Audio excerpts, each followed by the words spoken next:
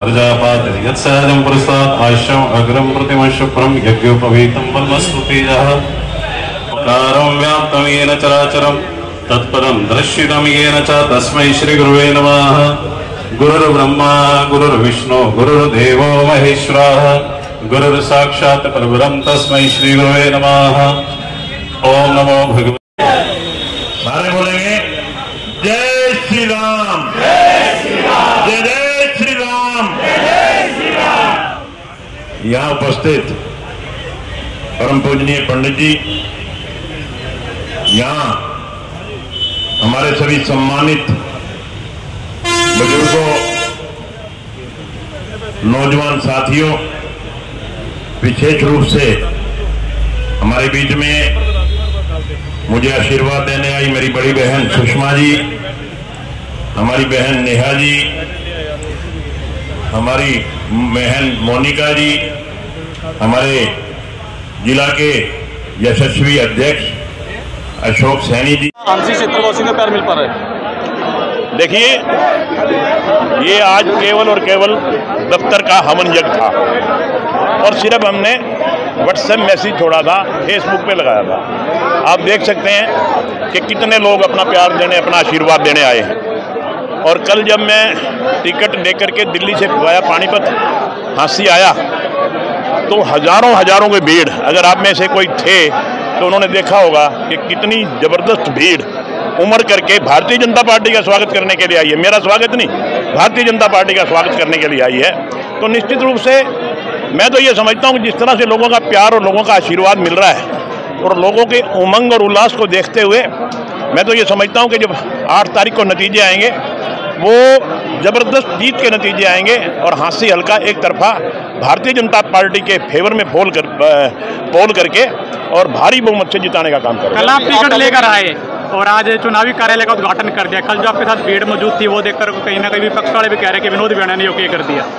देखिए, बहन ने कुछ नहीं किया, ये जो कुछ कर रही है हांसी की जनता कर रही है, या भगवान की कृपा कर रही है, हांसी की जनता कर रही है। मोदी जी द्वारा किए गए कार्य कर रहे हैं, मनोहर लाल जी और नायब सिंह सैनी जी द्वारा किए गए कार्य कर रहे हैं। तो मैं समझता हूँ कि मैंने कुछ नहीं किया, ये सब का सब हांसी की जनता जो है उसका प्यार है, उसका समर्पण है भारतीय जनता पार्टी के प्रति, और ये मैं हांसी की जनता का ऋणी।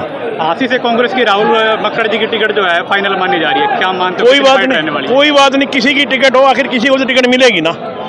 कोई मेरे को थाली में सजा के देगा नहीं, लड़के देनी पड़ेगी।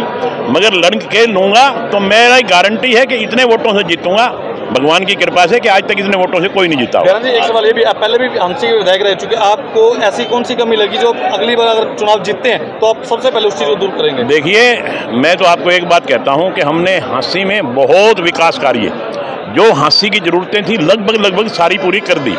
कुछ कार्य हैं मेरे दिमाग में, निश्चित तौर पे सरकार बनते ही हम उन कार्यों को, वैसे तो माननीय मुख्यमंत्री जी अनाउंस कर गए, क्योंकि हमने घोषणा पत्र लगभग 16 मांगे थी, उसमें वो हमने मुख्यमंत्री जी को दिया है और वो 16 मांगे हमारी पूरी हो जाएंगी। और मुख्यमंत्री जी विश्वास जता के गए हैं कि सरकार बनते ही हम ये मांगे पूरी करेंगे, और वो मांगे पूरी होते ही मैं समझता हूँ कि हांसी हल्के में किसी चीज़ की कोई कमी नहीं रहेगी। कांग्रेस ने जिला बनाने की बात कही थी, लेकिन आज तक वो मांग पूरी नहीं हुई। इसके पीछे का क्या कारण मानते हैं, किस वजह से मांग पूरी नहीं हुई?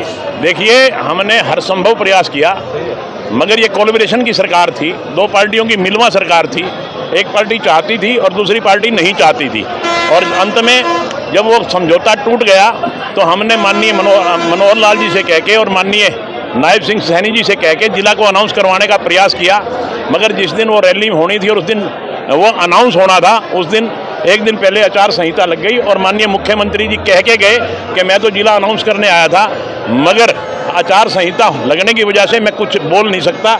ये वायदा करके जा रहा हूँ कि जिस दिन सरकार दोबारा बनेगी, 8 तारीख को नतीजे आएंगे, 10-11 तारीख को सरकार बनेगी, उसके फौरन बाद हम हांसी में डीसी बिठाने का काम करेंगे, हांसी को जिला बनाएंगे। कांग्रेस ने 71 उम्मीदवार जो है, समस्या जो है तो बनी हुई है, इसको लेकर के अभी तक काम क्यों नहीं हुआ?